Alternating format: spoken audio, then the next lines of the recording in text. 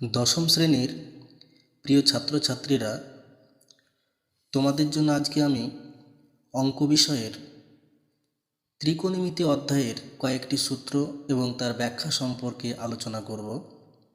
কারণ সূত্র অঙ্কের ক্ষেত্রে একটি গুরুত্বপূর্ণ বিষয়। সূত্র ছাড়া কোনো অঙ্ক সমাধান হওয়া সম্ভব নয়, বিশেষ করে ত্রিকোণমিতি। এছাড়াও তোমাদের কাছে ত্রিকোণমিতি অধ্যায়টি একটি নতুন অধ্যায় যুক্ত হয়েছে, যেখানে কিছু কিছু সূত্রের প্রয়োগ না জানলে অঙ্ক মোটেই সমাধান করা সম্ভব হবে না। যেগুলি তোমাদের কাছে কিভাবে প্রয়োগ করবে এবং কিভাবে সেটা সমাধান করবে সেটি নিয়ে তোমরা অনেকেই সন্দিহান থাকো এবং অনেকে আছো যে সূত্রের প্রতি অবহেলা করো, কারণ সূত্র ছাড়া অঙ্ক সম্ভব নয়। তাই আজকের এই ক্লাসটির প্রয়োজনীয়তা অনুভব করে তোমাদের সামনে এই ত্রিকোণমিতি অধ্যায়ের কয়েকটি গুরুত্বপূর্ণ সূত্র এবং তার প্রয়োগ সম্পর্কে আলোচনা করব। ত্রিকোণমিতিতে যে কোণ পরিমাপ করা হয়, সেই কোণগুলিকে দুটি পদ্ধতিতে মাপা হয়। 1 নম্বর ষষ্ঠিক পদ্ধতি ও 2 নম্বর বৃত্তীয় পদ্ধতি।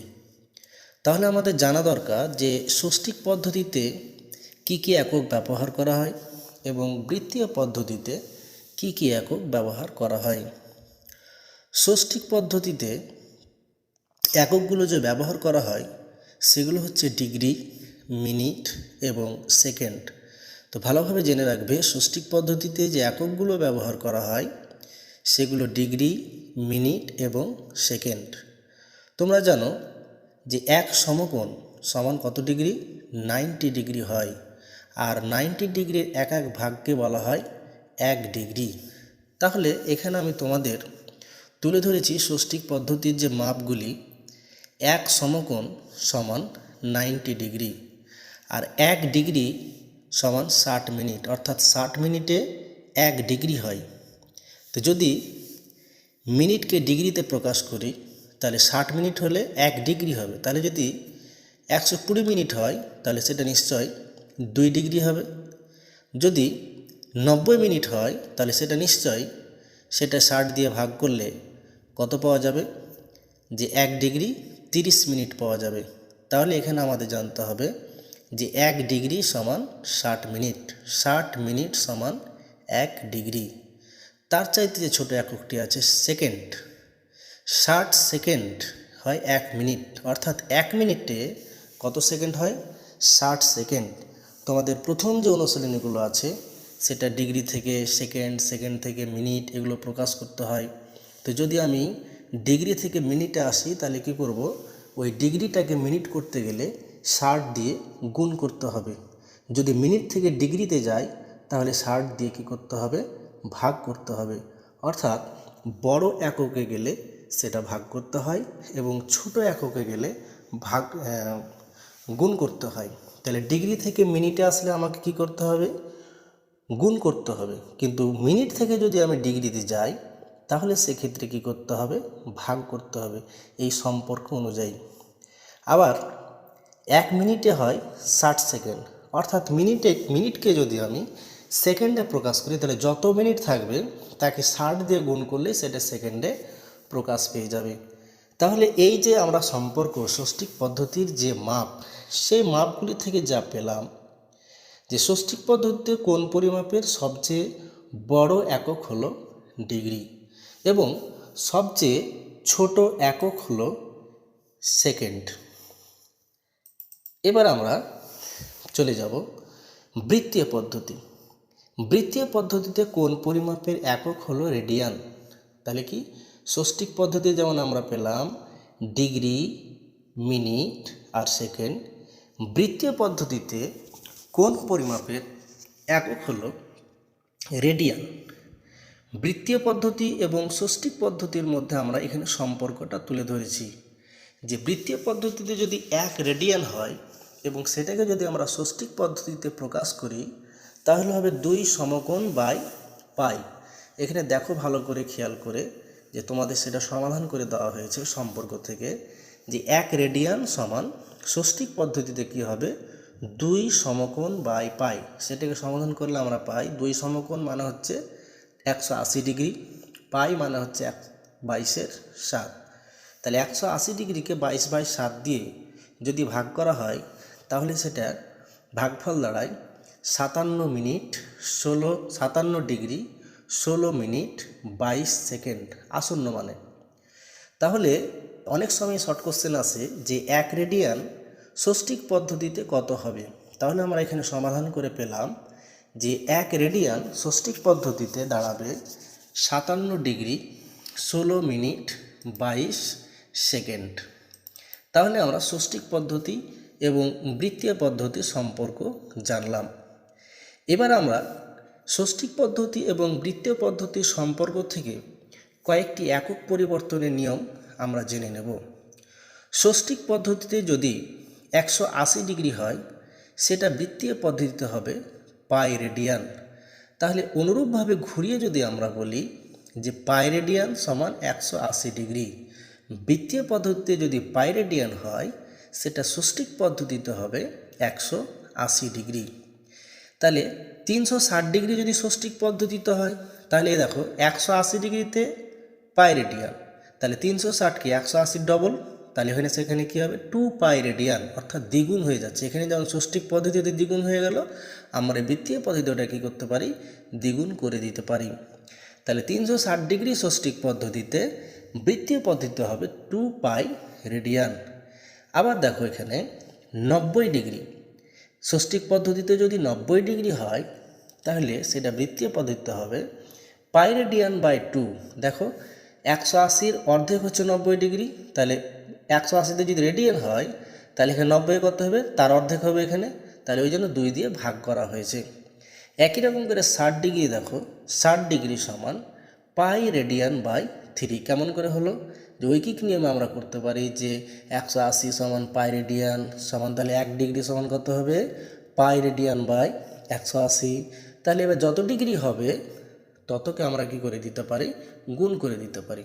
তাহলে কীভাবে করবো, ঐকিক নিয়মে যদি করি যে 180 ডিগ্রি সমান পাই রেডিয়ান, তাহলে 1 ডিগ্রি সমান পাই বাই 180। তাহলে যদি 90 হয় তো 90 ডিগ্রি সমান তাহলে পাই রেডিয়ান বাই 180 × 90। এবার কাটাকাটি করে ভাগ করে যা হয় সেটাই দাঁড়াবে। একই রকম করে 60 ডিগ্রি সমান সেটা বৃত্তীয় পদ্ধতিতে দাঁড়াবে পাই রেডিয়ান বাই 3। 45 ডিগ্রি সমান সেটা বৃত্তীয় পদ্ধতিতে হবে পাই রেডিয়ান বাই 4। আর 30 ডিগ্রি সমান বৃত্তীয় পদ্ধতিতে দাঁড়াবে পাই রেডিয়ান বাই 6। তাহলে আমরা এই যে সম্পর্ক থেকে আমরা ওই অনুশীলনের অঙ্কগুলো আমরা করতে পারি। এই সম্পর্কগুলো থেকে অনুশীলনী অঙ্কগুলো আমাদের করতে হবে। এবার আমরা চলে যাব যে ত্রিকোণমিতিতে কোণানুপাত বের করা হয়, ত্রিকোণমিতিক অনুপাত বের করা হয়। তাহলে সেটা আসলে কি, সেটা জানা দরকার। তা আমরা জানি ত্রিকোণমিতিতে একটি সমকোণী ত্রিভুজ থাকে। তো সমকোণী ত্রিভুজের 3টি বাহু, সমকোণ সংলগ্ন যে বাহু দুটি তাদেরকে একটিকে লম্ব আর একটিকে ভূমি বলা হয়, এবং তৃতীয় নম্বর যে বাহুটি তাকে অতিভুজ বলা হয়। তাহলে আমরা পেলাম একটি সমকোণী ত্রিভুজের 3টি বাহু থাকে, লম্ব, ভূমি, অতিভুজ। এই যে 3টি বাহু, 3টি বাহুর পরস্পর 6 প্রকার অনুপাত পাওয়া যায়। 3টি বাহুর পরস্পর 6 প্রকার অনুপাত পাওয়া যায়। এই 6 প্রকার অনুপাতকেই ত্রিকোণমিতিক অনুপাত বলা হয়। তোমাদের সংজ্ঞাটা এখানে দিয়ে দিয়েছি। তাহলে এখানে বোঝা দরকার যে 3টি বাহু নিয়ে 6 প্রকার অনুপাত কেমন করে হয়। কখনো হয় লম্ব বাই ভূমি এক ধরনের অনুপাত, কোনো সময় হয় ভূমি বাই লম্ব, কখনো হয় লম্ব বাই অতিভুজ, তো কোনো সময় হয় অতিভুজ বাই লম্ব, কোনো সময় হয় ভূমি বাই অতিভুজ, তো কোনো সময় হয় অতিভুজ বাই ভূমি। এইরকম 6 ধরনের সম্পর্ক থাকে। এই 6 ধরনের ত্রিকোণমিতিক অনুপাত থেকে এই 6 ধরনের একক অনুযায়ী সেটা অনুপাতে সাইন, কোসেক, কস, সেক, ট্যান এবং কট থিটায় সেটা প্রকাশ করা হয়। তাহলে তোমাদের জেনে নেওয়া দরকার যে দেখো আমি এখানে একটু সাজিয়ে লিখেছি যে সাইন এর অপোজিট অর্থাৎ অনন্যক হচ্ছে কোসেক, কস এর অনন্যক হচ্ছে সেক, ট্যান এর অনন্যক হচ্ছে কট। ওই জন্য সাইনের সামনে কোসেককে আমি রেখেছি যাতে মুখস্থ করতে তোমাদের সুবিধা হয়। তাহলে দেখো সাইন থিটা, থিটা হচ্ছে একটা কোণ, ধ্রুবক কোণ ধরা হয়, যে কোণটা আমরা মাপবো সেটাকে থিটা হিসেবে প্রকাশ করা হয়। সেখানে অনেক সময় যদি 30 ডিগ্রি হয় 30 ডিগ্রি, 50 ডিগ্রি হয় 50 ডিগ্রি, সেটা ধরা যায়। এখানে একটা থিটা হিসেবে কল্পনা করা কোণ ধরে নেওয়া হয়েছে।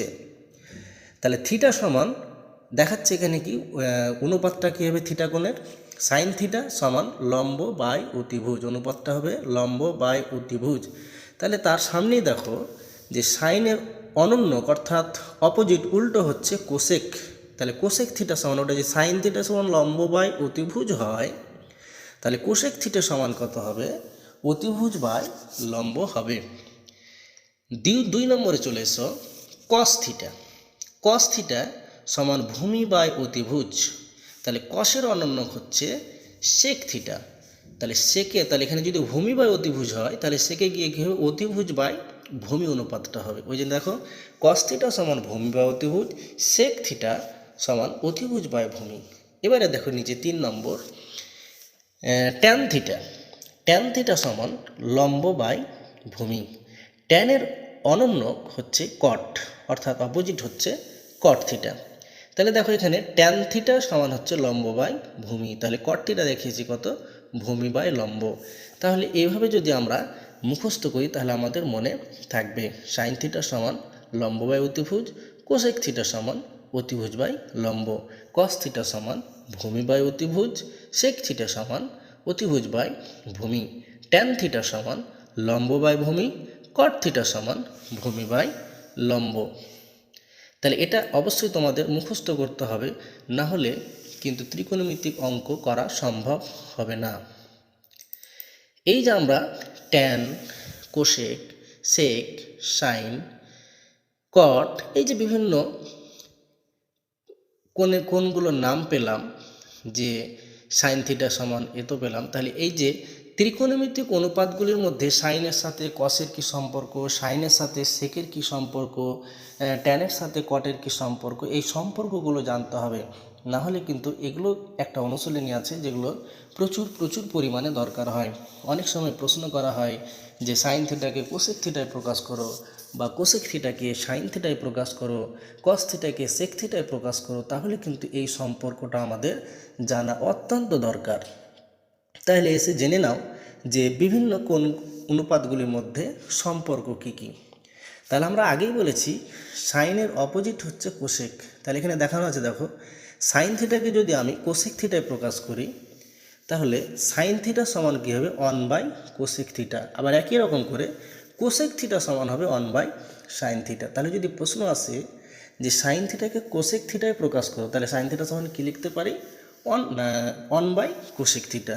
যদি প্রশ্ন আসে যে কোসেক থিটাকে সাইন থিটায় প্রকাশ করো, তাহলে আমরা কী লিখতে পারি, কোসেক থিটা সমান কী আছে, 1 বাই সাইন থিটা। একই রকম করে কসের অনন্যক হচ্ছে সেক, তাহলে ওটাই দেখানো আছে, দেখো কস থিটা সমান 1 by sec theta, sec theta সমান 1 বাই কস থিটা। অনুরূপভাবে দেখো ট্যান থিটা সমান 1 বাই কট থিটা, আবার কট থিটা সমান 1 বাই ট্যান থিটা। নিচে একটা দেখেছি, দেখো যে sine theta by cos theta, sine theta by cos theta সমান কী হবে, ট্যান থিটা হবে। Sine theta by cos theta কী হবে, ট্যান থিটা। এটাকে উল্টে লিখে দিলে হবে cos theta by sine theta সমান কী হবে, কট থিটা হবে। এই যে কোণানুপাতিক সম্পর্কগুলো তোমাদের জানা একান্ত দরকার, যখন প্রকাশ করতে হবে তখন সেটা বুঝতে পারবে। এবার আমরা এই যে সাইন, কস, ট্যান, সেক এগুলোর কয়েকটি সূত্র তোমাদের সামনে তুলে ধরব, এবং সূত্রগুলোকে কিভাবে ভিন্ন ভিন্নভাবে ঘুরিয়ে লিখে যায়, কারণ এটা লিখতে গেলে এইটা আমাদের জানা থাকলে মানে মান নির্ণয়ের অঙ্কগুলো করা খুবই খুবই সুবিধা হবে। তাহলে জেনে নেওয়া যাক যে 1 নম্বর সূত্র, sine square theta plus cos square theta সমান 1। এটা হচ্ছে মূল সূত্র। Sine square theta plus cos, দেখো তোমরা দেখতে পাচ্ছ, ভালোভাবে দেখবে স্ক্রিনে, sine square theta plus cos square theta সমান 1। এটাকে যদি আমরা সমাধান করি, যে দেখো সাইন স্কোয়ার থিটা সমান কী হবে, তাহলে কস স্কোয়ার থিটাটা কি আমি ডান দিকে পাঠিয়ে দিচ্ছি। তাহলে এদিকে ছিল প্লাস কস স্কোয়ার থিটা, ওদিকে গেলে কী হবে মাইনাস কস স্কোয়ার থিটা। তাহলে সাইন থিটা সমান করতে হবে, তাহলে স্কোয়ারটা উঠিয়ে দিয়েছি, তাহলে ওটাও কী করেছি আমি বর্গমূল করেছি। তাহলে সাইন থিটা সমান √1 - কস স্কোয়ার থিটা।